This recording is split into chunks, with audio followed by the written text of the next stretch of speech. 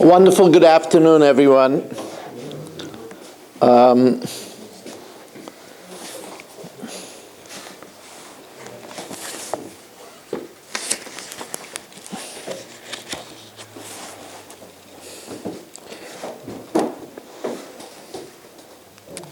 know, being a Rav has its challenges. It's a glorious opportunity, but it has its challenges. I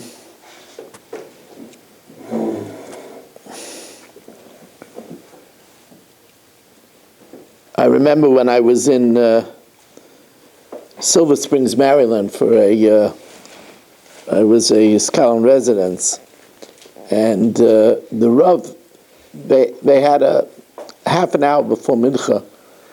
I was a scholar in residence. There was a spot where they wanted you to say a Dvar Halacha.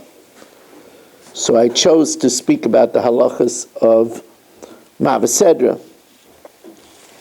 And it's interesting, the Rav at that time, he's not there now, but he told me that Rav Miller told him that one of his balabatim had a tain on him. Because the Gemara says that if you're maver parsha shnai mikra v'echatagim marichin lo yoma v'shmoisav, it leads to longevity. So he says, I don't understand, Rabbi, why you didn't speak about this and tell us, what an opportunity it is. And Rav Miller said he was right. Rav Miller said he was right. It's a taina. As a rabbi, so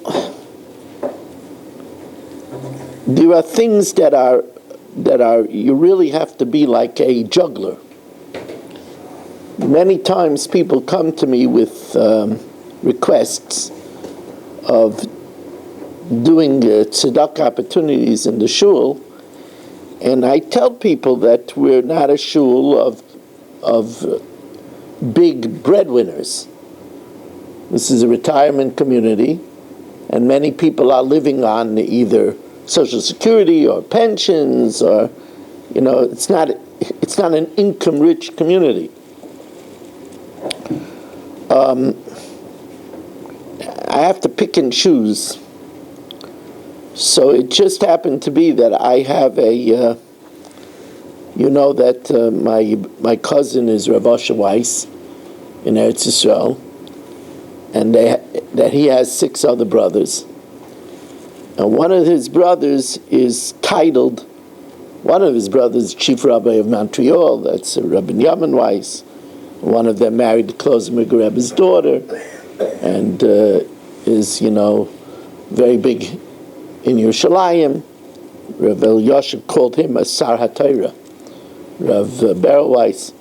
But I have a very quiet cousin, and his name is Chaim, and he's the chief rabbi of Beitar. And he has a kollel in Beitar. And they lost one of their supporters. So he called my cousin Meyer here in Union City, and he says, could you think of any shul that we know that maybe could do an adopt a kollel program? So my cousin says the only Rav that I know that is possible is maybe Moshe Meyer. So the head of Adopt a Kollel came to my house together with my cousin Meyer, and he told me that they're not looking for any big monies, but it's a system that works through pruta pruta mitzdarf l'cheshem and gadol. What they're trying to achieve is 6,000 shkalim a month. 6,000 shkalim is $1,600, and the Adopt a Kollel says we're looking for help in that. If your shul, everybody gives a tiny little bit a month, and you raise something, then they have a big fund. We'll kick in also. So the synthesis of knowing that my cousin Chaim is a great tzaddik, and I spoke to him this week. He says the Koil Yungalite that he has are mamish Yereim Ushleimim, and knowing it's Eretz Yisrael, and knowing it's Chachzakas HaTorah in the highest level, so I decided to give it a try.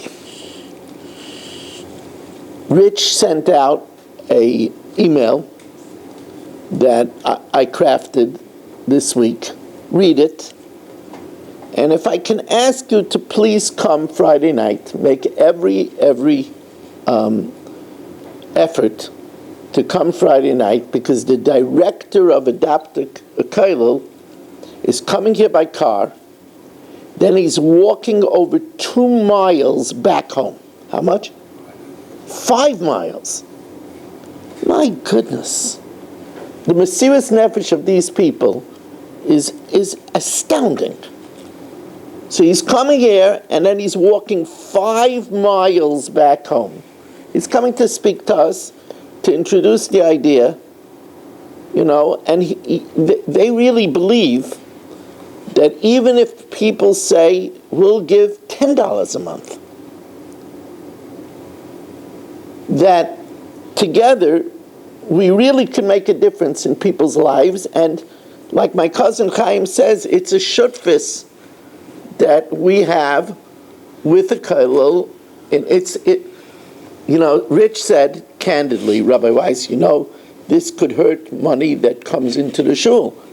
So I said, if I look like that, if I look at things like that, then I never have a Bikuchelim appeal, an Atzal appeal, and I never have a Shemitah appeal. I can't look at things like that. I have to look that if we want to grow, we want Hashem to find favor in us. If we have to ask ourselves, if we do something like this, will Hashem favor us more? So then they said, of course you'll want to start after Yom Kippur, because you don't want it to hurt selling the Aliyahs and the Yizkar appeal. And I said, look, if you're coming to me with this opportunity, and everybody could get in the schus of their pledge before Yom Hadin, how could I tell the Olam? So they said to me, you mean you want to do it this week? I said, yes. He said, well, we can't come Shabbos because they have already a Shabbos in Jackson. So I said, okay, so come Friday night. He said, that will do. So I think we owe it. This person is walking 5 miles. His family is waiting for him. And when you'll see he's a really impressive fellow. So if the Olam could make every opportunity to come Friday night, bring a friend, and let's see if we could pull it off. They asked that we get 2 people from the Kehillah to handle the clerical end of it, and I've drafted. Draft is a good word, I took the noose, and so Rich Lenner and Yaakov Warman have agreed to be our point people for this Adapt a Kollel project. They do an interesting thing. They don't touch the money. They don't want anybody to think that they're skimming money. They don't take a penny of our money. Nobody's taking a penny. It goes into the Kollel Yungalite's hands. In that way, I guess what we're going to do is the shul is going to make us, what's it called, a sub-account? A sub-account, which will be probably Agud Yisrael base Eliezer, Israel. And that money will go straight to the Kollel. I have to just find out, will it be able to be under the same 501c? I would think so. I mean, it's basically the way I see it is the money's coming into the shul and the shul's expensing it out. So it's normal operations to be supporting other things. It's like if I would give something from my discretionary account. Yeah. Okay, yeah. That's how it works. I could put down the phone out, Yeah. and I think it works the same way. Oh, okay. Mr. Sachs says it's the same. Yeah. What? So the rabbi is familiar with the Dr. Koldel, the operation? Everybody's familiar with adopted Yeah, account. Wilson went straight to their account, not to the shul's account. No, that's well, we met him. He said this is the way it works. I can double Yeah. check, Rabbi, too. No, they already had a meeting. They talked to the guy in charge. It filters through us to them. But anyway, that's all clerical, you know. But the idea is that it will operate under pruta mitzdarf l'cheshbon gadol. Everybody gives something. First of all, if you knew Chaim, if you knew my cousin Chaim, wow, what a holy. My Rebbetzin Aleh Shalom called people like him a holy bird. he's really the real thing. I mean, the real thing. It's so. Anyway, you'll come Friday night, and I think you'll be inspired. Okay. We have a chumash here. That's why I have the cameras out. And by the way, if any of my talmidim, this was something I didn't even tell Dr. Kel. I didn't want them to get too excited, but I'm going to reach out to our Zoom crowd and see if anybody wants to be involved as well.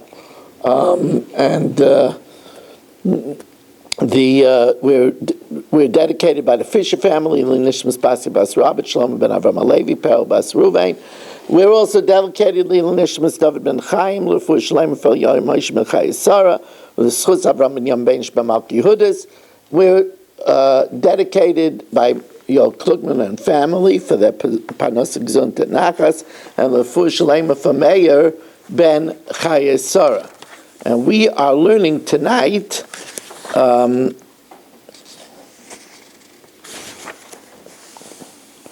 Metzia berefes. If you found the animal in a stable, ain't a chayah, you're not responsible for it. Rishus harabim, if it's wandering around in Rishus harabim, chayah. V'imay beis hakfaros. Let's say the lost article, you saw this wallet, but you're a kohen, and it was in a beis hakfaros, lo yitamala. You can't be metame to get it. If your father tells you, make yourself tummy, you can't lose out on a wallet. Osha amalei al tazor, if he says, there's $10,000 in there, don't return it, then lo yishmalei. You're not allowed to listen to your father, not to fulfill the Torah. Parak viton, if let's say the animal fell down, you unloaded it as it was groveling under the load, you unloaded it, you loaded it, and then it fell down again, parak viton, afilu arba v'chamisha pam, even 4 or 5 times, chayiv.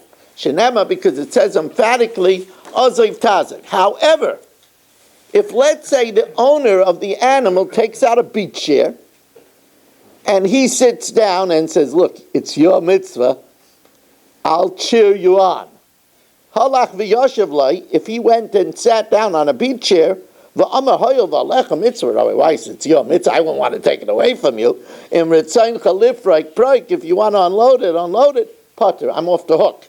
Shenemar imai, it's ozoiv tazoiv imai, only with him. However, if he doesn't help because he's old or sick, then chayiv. Then of course I'm chayiv. Mitzvah min atayra lifraik. If the animal is groveling under a load, so there's a mitzvah from the Torah to unload it without pay. Avaloi litain, but to load it you could ask for money. Reb Shimon Aimer, af litain, even to load it you don't ask for money, but the halacha is not like Reb Shimon. Rabbi Yosef Glili says, if it was overloaded, ein zakakloi. Then if it collapsed, you don't have to attend to it. Shenema takas masai, only if it's underneath its burden. Masai sheyachal lamed by, a burden that it could withstand. If it was overloaded, you don't have to attend to it. Now this is a famous Mishna. Avedasai v'avedas aviv. If I lost something, my father lost something, avedasa kedemas. I attend to my need first, because chayecha koidem. Avedasai v'avedas rabbi. If it's my lost article or my Rebbe's lost article, again, shaloi kodemis. Again, mine is first. Chayecha kodim. However, avedas oviv, avedas rabbi, if it's a lost article of my father and a lost article of my Rebbe who taught me the majority of my knowledge, shall rabbi kodemis. I do my Rebbe first. Why? She'oviv hevi eloi l'mazeh. My father brought me into this world. The rabbi shalim doi chachma, but my Rebbe who taught me chachma brings me into the next world. Of course, if your father pays for the Rebbe, he pays your tuition, then you do your father's first, because your father brought you into this world and also enables you to have a Rebbe. Now, if your father is a Talmid Chacham, v'im aviv Chacham, so there's the element of, since your father also teaches you Torah, he speaks Torah at the table, right? And he talks to you lessons of chinuch, even though the Rebbe teaches you more, but the synthesis of your father bringing you into this world and also giving you Torah supersedes the Rebbe. Me'amaviv chacham shel aviv kodemis. The father comes first. If your father and your Rebbe are both carrying a burden, first you help your Rebbe unload the burden. If your father and your Rebbe are both captives, Poides Rabbi, you redeem your Rebbe first, Poides Aviv. And again, the same idea is, if your father is a Chacham, so he teaches you learning too, then Poides Aviv, then you redeem your father first, Poides Rabbi, and afterwards you redeem your Rebbe. Tonight is Daf Yomi at 8.